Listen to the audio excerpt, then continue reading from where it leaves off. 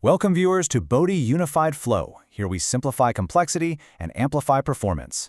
Today we are tackling a massive, incredibly important topic, career navigation after grade 12 in Tamil Nadu and across India. Specifically, we're breaking down the transition blueprint, focusing heavily on the TN counseling systems or TNEA. We're going to cover exactly how cutoff calculations work, the stark reality of government versus private colleges, and the entire ANA university hierarchy.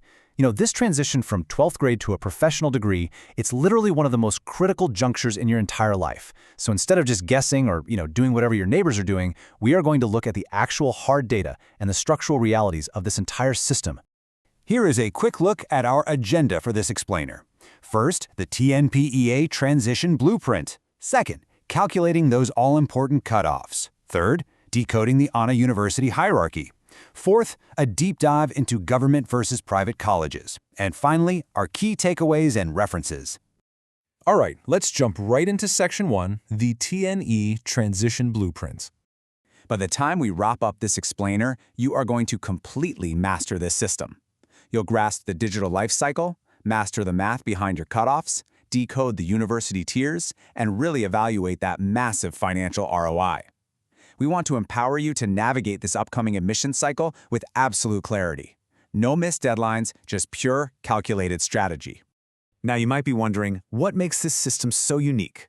Well, here is the defining philosophy of the Tamil Nadu Engineering Admissions. For state-quota seats, there are absolutely no entrance exams, none.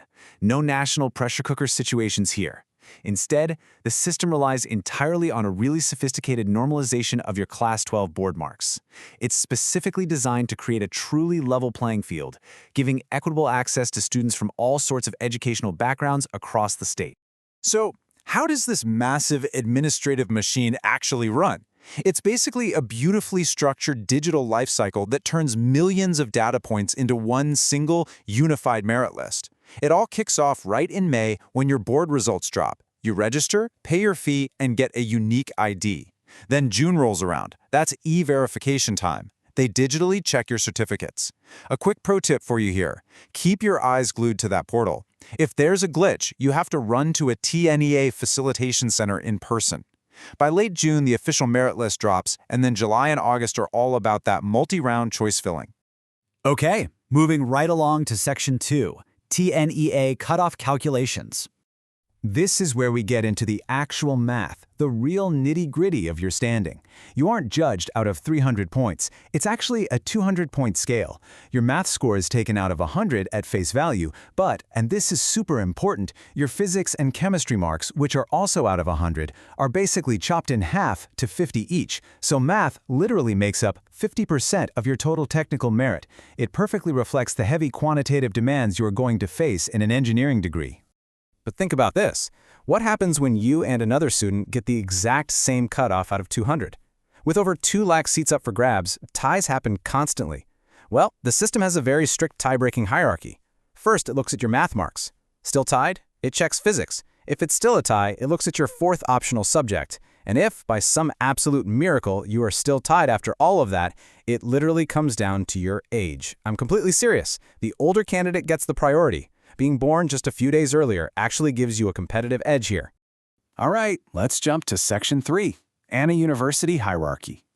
So you have your cutoff. Now, where exactly are you going? ANA University isn't just one single campus. It's a massive umbrella. At the absolute apex are the 4 Tier 1 university departments located right in Chennai. We're talking CEG, MIT, ACT, and SAP. These operate under direct university control, and because of their incredible legacy and massive placement drives, they command the highest cutoffs. We're talking astronomical scores, usually needing between 198 and 200 for popular branches like computer science. Now, once you look past Tier 1 and the government colleges, you hit the massive private sector, over 500 self-financing colleges. But you absolutely must understand this one crucial difference before you choose: autonomous versus affiliated status. Autonomous colleges actually design their own curriculum. They can pivot quickly, adding industry-aligned courses like AI or data science, and they handle their own exams internally. Affiliated colleges, on the other hand, have to strictly follow the centralized ANA University syllabus. So if you want that fast-paced, industry-aligned agility, autonomous is definitely the way to go. Let's dive into Section 4, government versus private colleges. It's time to talk about ROI. The financial landscape of engineering education here is frankly mind-blowing. The gap is just massive. Just look at the 4-year totals.